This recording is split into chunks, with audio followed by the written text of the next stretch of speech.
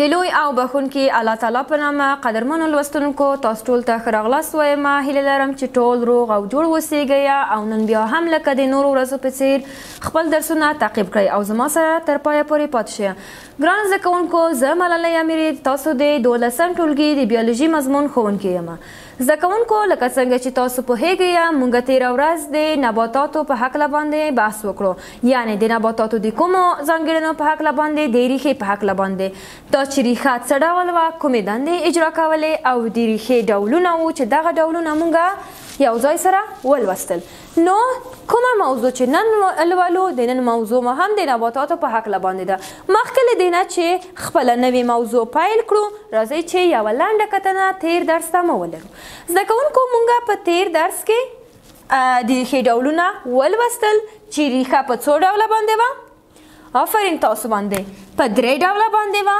لومړی ډول یې کومې ریښې وې؟ شاباس، نیغې ریښې وې.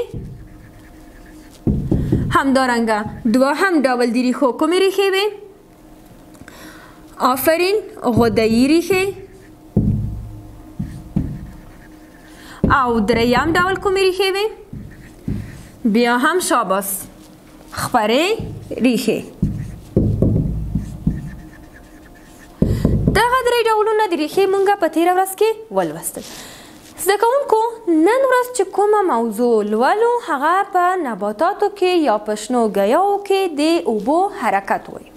یعنی مونږ تېره ورځ هم ولوستل چې نباتات د خپلې ریښې په واسطه باندې معدني مواد، همدارنګه اوبه یا خپل د ضرورت وړ مواد د ریښې په واسطه باندې جذبوي.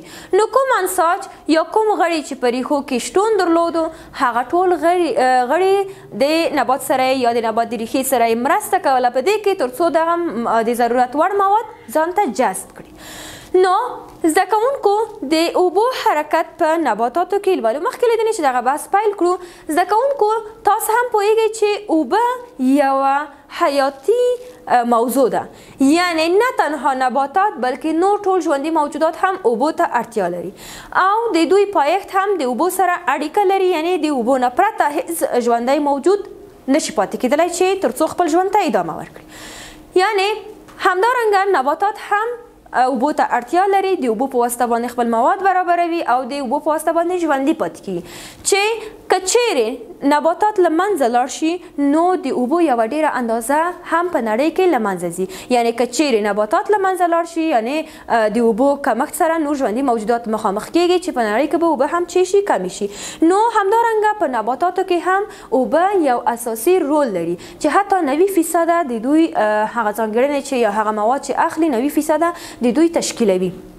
نو راځئ چې د اوبو حرکت په هکله باندې هم ځان پوه کړو چې څه ډول اوبه کیدلی شي د ریښې څخه چې د ریښې په واسطه باندې جذبیږي د نبات نورو برخو ته انتقال شي.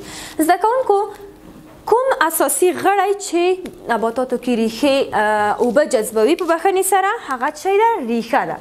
په نباتاتو کې اوبه د ریښې له لارې جذبیږي چې موږ دغه موضوع ته تېره ورځ هم اشاره وکړله.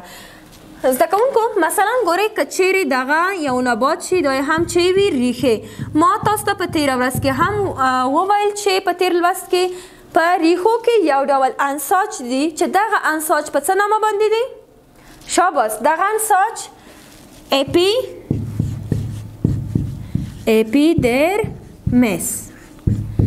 دغه انساج سبب د دې کېږي چې ریښه د ځمکې څخه اوبه جذب کړي.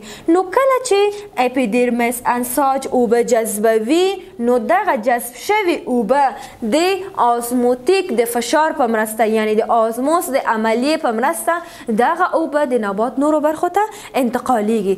چې د زایلم انساج، یعنی موږ په تېره ورځ کې هم ویلي وو کوم انساج؟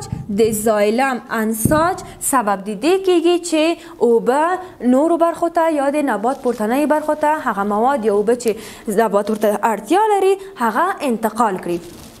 نو زده کوونکو، کله چې د اپیډرمس په مرسته باندې اوبه جذب شي، دغه جذب شوي اوبه د نبات نورو برخو ته یا د زایلم استوانې ته حرکت کوي چې دغه د اوبو حرکت په نباتاتو کې 3 پړاوونه یا 3 مرحلې لري. ګورئ زده کوونکو کله چې اوبه جذبیږي نو د زایلم استوانې ته حرکت کوي چې دغه استوانې ته حرکت کول یا پورته برخو ته حرکت کول د اوبو دغه د کومې عملیې په مرسته باندې ترسره کېدو موږ په تېره ورځ کې هم ولوستل د آسموتیک د فشار په مرسته باندې د زایلم استوانې ته چې کې ننوځي. د زایلم استوانه کومه برخه د نبات ده؟ د زایلم استوانه دغه برخه ګورئ دغه برخه چې پاڼې یا شاخونه له ریښو سره وصلوي دغه برخه د زایلم استوانه ده. څه شی؟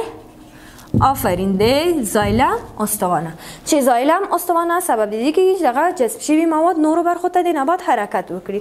زده کوونکو د اوبو حرکت په نباتاتو کې 3 مرحلې یا 3 پړاوونه لري.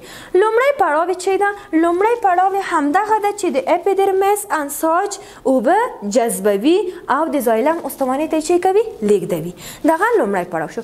په دوهم پړاو کې کله چې اوبه جذب شي د ریښې په مرسته باندې نو په دوهم پړاو کې اوبه حرکت کوي او اوبه د زایلم د استوانې په مرسته باندې یا د آزموتیک د فشار په مرسته باندې شاخونو ته یا پاڼو ته حرکت کوي. زده کوونکو په 3م پړاو کې کله چې اوبه پاڼو ته یا شاخونو ته ورسیږي نو په دې حالت کې د پاڼو کې یو ډول سوري موجود دي. ګورئ مثلا که چیرې موږ دغه یوه پاڼه فرض کو نو دغه پاڼه چې ده په خپل منځ کې یا په خپله سطحه باندې کوچني سوري لري. دغه سوري د څه شي په نامه باندې یادیږي؟ د ستوماتا په نامه باندې دي. یعنی هر پاڼه د هر نبات پاڼه په خپله سطحه باندې کوچني سوري لري چې دغه سوري د ستوماتا د سوریو څخه عبارت ده. یعنی کله چې دغه جذب شوي اوبه ستوماتا سوري ته حرکت وکړي ورشي نو د ستوماتا سوري چې دي ستوماتا سوري هغه سوري دي چې د دغه سوري په مرسته باندې د نبات پاڼې اکسیجن اخلي یا هم تنفس کوي. نو کله چې دغه ته ورسیږي د ستوماتا سوري خلاصیږي او دغه اوبه د تعرق په شکل باندې یا په میانه شکل باندې د خولو په شکل باندې له ځان څخه یې کوي وباسي. چې دغه عملیه کله چې د ستوماتا د سوري په مرسته باندې اوبه وځي له نبات څخه یا د بخار په شکل باندې وځي دغه عملیه د ترانسپایریشن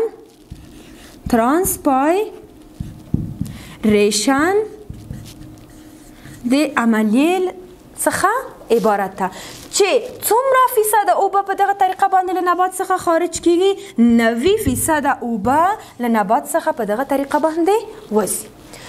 لوستونکو د اوبو د حرکت په هکله په نباتاتو کې پوه شو نو راځئ چې د ستوماتا د سوریو په هکله باندې لږ نور هم معلومات ترلاسه کړو. زده کوونکو د ستوماتا سوري ما وویل چې کوم سوري دي؟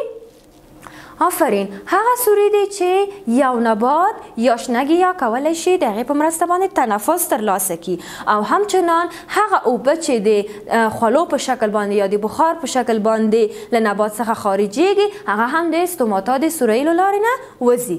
نو زده کوونکو ستوماتا سوري د هر نبات په هره پاڼه کې موجود دي. یعنی په سطحه باندې کوچني سوري دي چې دغه کوچني سوري د ستوماتا د سوري څخه عبارت دي. نو زده کوونکو ګورئ که چیرې دغه د ستوماتا یو سوری فرض کړو نو هر ستوماتا سوری د یو ډول حجرو په مرسته باندې احاطه شوی ده چې دغه حجرې د ساتونکو حجرو په نامه باندې یادیږي. دغه ساتونکي حجرې چې دي څه رقم شکل لري؟ د لوبیا په شکل باندې دي. فرض کړئ چې دغه یو لوبیا شکل ماننده ده یعنی د لوبیا شکل لري نو دغه ساتونکي حجرې چې دي هر ستوماتا په شاوخوا کې موقعیت لري. ساتونکي حجرو دنده څه ده؟ ساتونکي حجرې چې دي کله چې د نبات پاڼې اوبه جذب کړي نو دغه اوبه چې جذب شوي دي کله چې د تعرق په مرسته باندې یا تعرق په شکل باندې له نبات څخه پاڼو څخه وځي دغه حجرې کله چې اوبه جذب شي نو د دوی اوږدوالی زیاتیږي. پام مو وی زده کوونکو چې د دوی قطر یا ډبلوالی نه زیاتیږي، یوازې اوږدوالی زیاتیږي. کله چې اوږدوالی زیات شي نو د دوی دغه د استوماتا سوري هم دته یعنی کله چې د دوی اوږدوالی زیاتیږي نو د استوماتا سوري هم خلاصیږي یا هم دته آماده کیږي تر څو اوبه له ځان څخه چیږي خارج کړي. نو دغه د ساتونکي حجرې د دې سبب کیږي کله چې اوږدوالی زیات شي نو د استوماتا د سوریو د خلاصېدو سبب کیږي. کله چې دغه سوري خلاص شي نو هغه اوبه چې تعرق ته یا د بخار په شکل آماده شوي له نبات څخه چې کیږي وځي.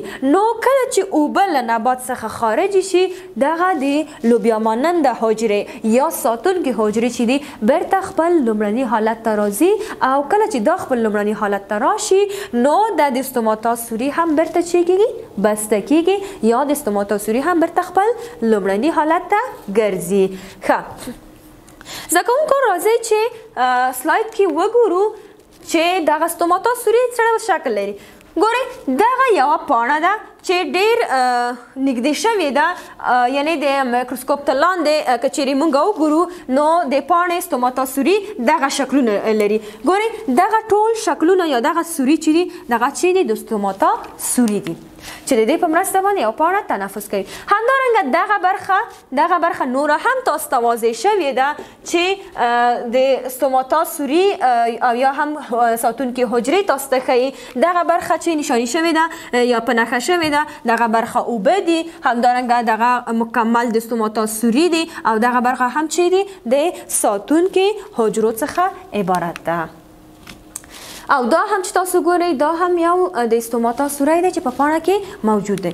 ښه زده کوونکو د انځور کې هم تاسو د استوماتا او د ساتونکي حجرې انځور ګورئ. ښه زده کوونکو د حرکت د اوبو د حرکت د پړاوونو په هکله همدارنګه د ساتونکي د حجرو په هکله باندې ما تاسو ته معلومات درکړل. نو راځئ چې دغه ټولې عملیې یا پړاوونه چې موږ نن ورځ ولوستل په یو ویډیو کې وګورو تر څو چې تاسو ښه په دقیق شکل واضح شکل باندې زده کړئ. زده کوونکو تاسو ویډیو ته ګورئ چې په ویډیو کې موږ د ګل آفتاب پرز یو نبات ګورو چې دا هم پاڼه ده. اوس پاڼه ګورئ دغه د پاڼې داخلي شکل ده چې دغه سوری چې تاسو ته معلومیږي دغه د څه شي سوری ده د استوماتا سوری ده. همدارنګه دغه برخې چې تاسو ګورئ دا هم د نبات برخې دي او دغه برخه چې تاسو ګورئ دغه برخه چې ده اوبه ده. اوس ګورئ دغه اوبه چې په دې سوری کې راټولې شوي دي نو دغه اوبه ټولې چې کېږي بخار په شکل باندې یا هم تبخیر وکړو یا د بخار په شکل باندې آماده شولې. نو اوس کله چې دغه د بخار په شکل باندې آماده شوې نو د استوماتا د سوری څخه چې دغه یو د استوماتا سوری ده له دې څخه د تبخیر په شکل باندې ګورئ خارج شولې. نو دغه پړاوونه چې موږ په ویډیو کې وکتل دغه چې وه دغه عملیه د ترانسپایریشن عملیه یا هم د تعرق عملیه شوله چې له نبات څخه څه رقم د ترانسپایریشن عملیه صورت نیسي. ښه زده کوونکو مثلا ګورئ دغه نبات ته ګورئ دا یې ریښه شوله صحیح. نو د ریښې په واسطه باندې اوبه جذبوي بیا د زایلم د انساج په مرسته باندې دغه برخې ته چې د زایلم استوانې په نامه یادیږي حرکت کوي او وروسته پاڼو ته حرکت کوي چې دغه هره پاڼه د استوماتا سوري لري او د دې څخه اوبه بیرته 90% اوبه د تبخیر په شکل باندې خارجیږي. ښه محترمو قدرمنو زده کوونکو راورسېدو د نن ورځې د بحث پای ته چې نن ورځې موضوع مو هم د اوبو د حرکت په په نباتاتو کې وه چې دغه د اوبو حرکت درې پړاوونه یې درلودل. لومړی دا چې اوبه د ریښې په مرسته باندې جذبېدلې او بیا د زایلم استوانې ته دننه کېدلې او وروسته له هغې څخه بیا هم د نبات نورو برخو ته یې حرکت کولو چې دغه درې پړاوونه کله چې ترسره کېدل نو بیا اضافي یا هم هغه اوبه چې جذب شوې وې هغه د استوماتا د سوری له لارې د ترانسپایریشن یا هم د تعرق د عملیې په مرسته باندې بیرته له نبات څخه خارجېدلې. همدارنګه ساتونکي حجرې مو هم ولوستې چې ساتونکي حجرې کومې حجرې دي؟ هغه حجرې دي چې د لوبیا شکل لري او هر استوماتا سوری احاطه کړی ده. ښه زده کوونکو هیله لرم چې د نن ورځې بحث مو هم د پام وړ ګرځېدلی وي او کولی شئ په ورځني ژوند کې د دې څخه هم استفاده وکړئ او د تاسو په معلوماتو کې نور هم لا څه زیات شوي وي. نو هیله لرم چې تر بلې موضوع پورې بیا هم زما سره پاتې شئ. نو تاسو ټول په لوی رب باندې سپارم. ښاد او بریالي اوسئ.